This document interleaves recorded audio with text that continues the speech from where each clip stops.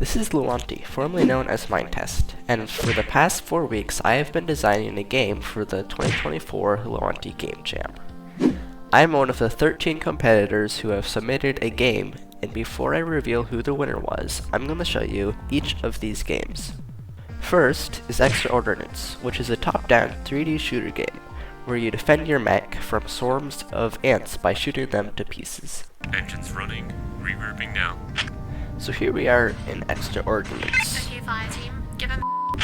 And as you can see, it is very different than what normal Luanti is like. I'm actually constantly amazed at how amazing it is. What? The creator of this game put so much work into even just the textures, but you can see the mech is actually fairly well detailed, and the mechanics are done very well. So the idea of the game is you go to these objectives and you hold them while killing these ants that will try and kill you. Securing objective.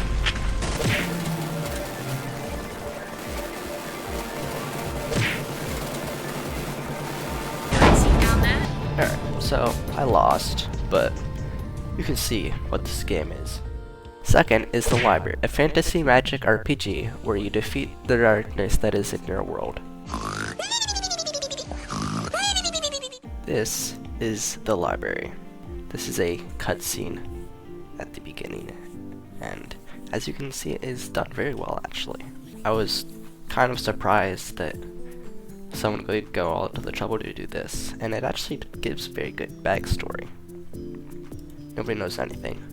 As stereotypical, the NPC is very slow and follows a strange path. Oops, that's a command. I meant to say it. There we go, and this pops up. And yes, I have played this before when I ranked it. And it is slightly different now, because bug fixes. There's a lot of books here. We'll need this. I think now at this point I can just grab the books I need and ignore the other ones. And now, just take the very, very long journey where this thing points. Ooh, the darkness is coming.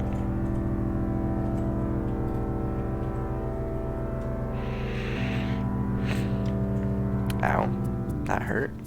So basically what you do is you place the books down, you recite a spell, and then you banish darkness, and then game over. This,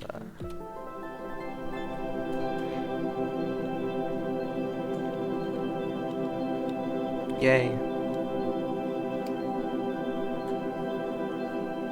We've done it. So that is the library. It's actually kind of the game that I think will be doing the best, like later on. If you check back a year after certain games, some of them kind of die. For example, Glitch was an amazing game and all, but nobody really downs it anymore because the people that would play it have played it. So games kind of die after a while. But this game, I feel it could be made into something that would live for a very long time. Thirdly, and undeniably the most creepy, is Eyeballs, a horrifying puzzle game in a strange dimension full of watching eyes. This game is creepy and very annoying because the FOV is force lowered.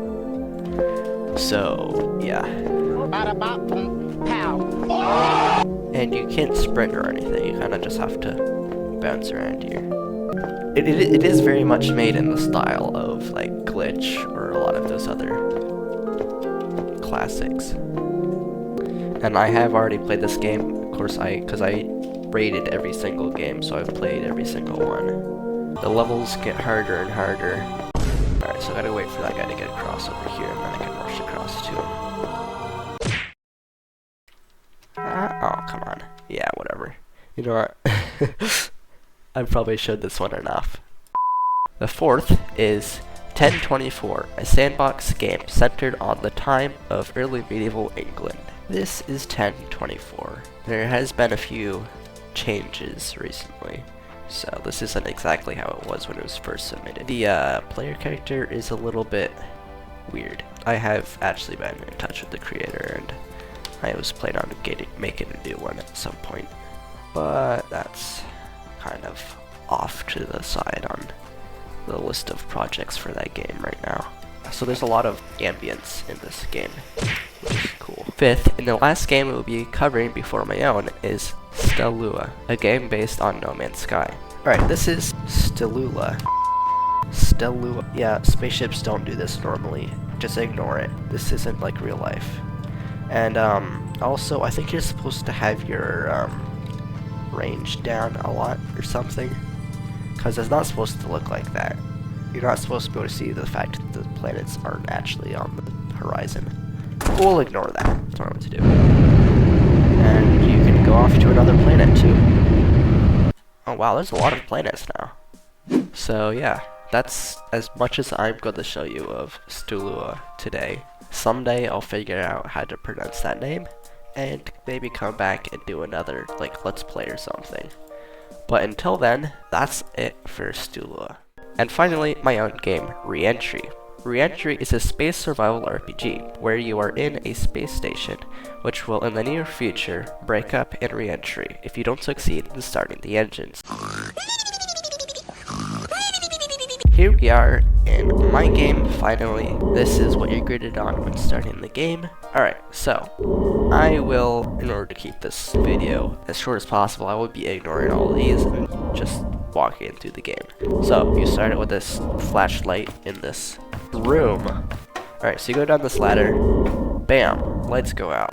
That's not good. As you can see on here, Institute for Orbital Space Research Laboratories. And if you're wondering why there's so many hard shadows like this, that is a problem with my client, so just ignore that. Alright, I turn the lights on, turn my flashlight off. This is basically the laboratory. I make plasma here and study it. Plasma is what's on the outside of a spaceship when it goes into re-entry. Let's go check the monitors in the control room and see what they have to say. Oh no, lots of errors. And I just wanted to show this because it's a funny Easter egg. When you turn it on, it shows the Manjaro logo, because that's the OS I use on my PC. So the reason this game is in what shape it is because I literally spent 2 weeks making the trigger system. So like when I came up this ladder and this thing popped up, I spent 2 weeks making that. Alright, so this is how you end the game. This is actually probably one of the coolest models I made in this game. And then you just turn the engine on. I'm not going to tell you how long it took for me to make that engine animation thing. The ending part doesn't actually work because Luanti refuses to place schematics in a reliable way. And so yeah, the end doesn't exactly work. And now for what all of you have been waiting for. Did I win? Now I want you to remember, not only is this my first Luanti/Mindtest Game Jam, this is also my first Game Jam of any sort. Not to mention the first game I've ever successfully uploaded to Luanti content database. Okay, not surprisingly, I did not win, placing 8th out of 13. I feel like the placement is pretty realistic, and it actually fits with my estimates beforehand. I had thought realistically 7th or 8th place was what I would get, and getting 8th doesn't disappoint me at all. It means I did better than 5 other competitors, which is a win in my book. But listen, this isn't over until I get into the top 3. Now I want to apologize for 2 things. Firstly for my voice, as I've been sick for the past few days. And secondly for not uploading in almost a month. I've literally scrapped 3 projects in a row, and then I spent 3 weeks coding this game. So as you can imagine, I was cooked, which left me no time for anything else. So with that aside, I hope you can forgive me, and if you like this video, please give it a thumbs up. The more that you do that, the more I'm gonna want to keep going. And also, if you like this video and would like to see more like it, please subscribe, because it also helps with my spectacularly low motivation. Anyways, thank you so much for watching, and have a great rest of your day.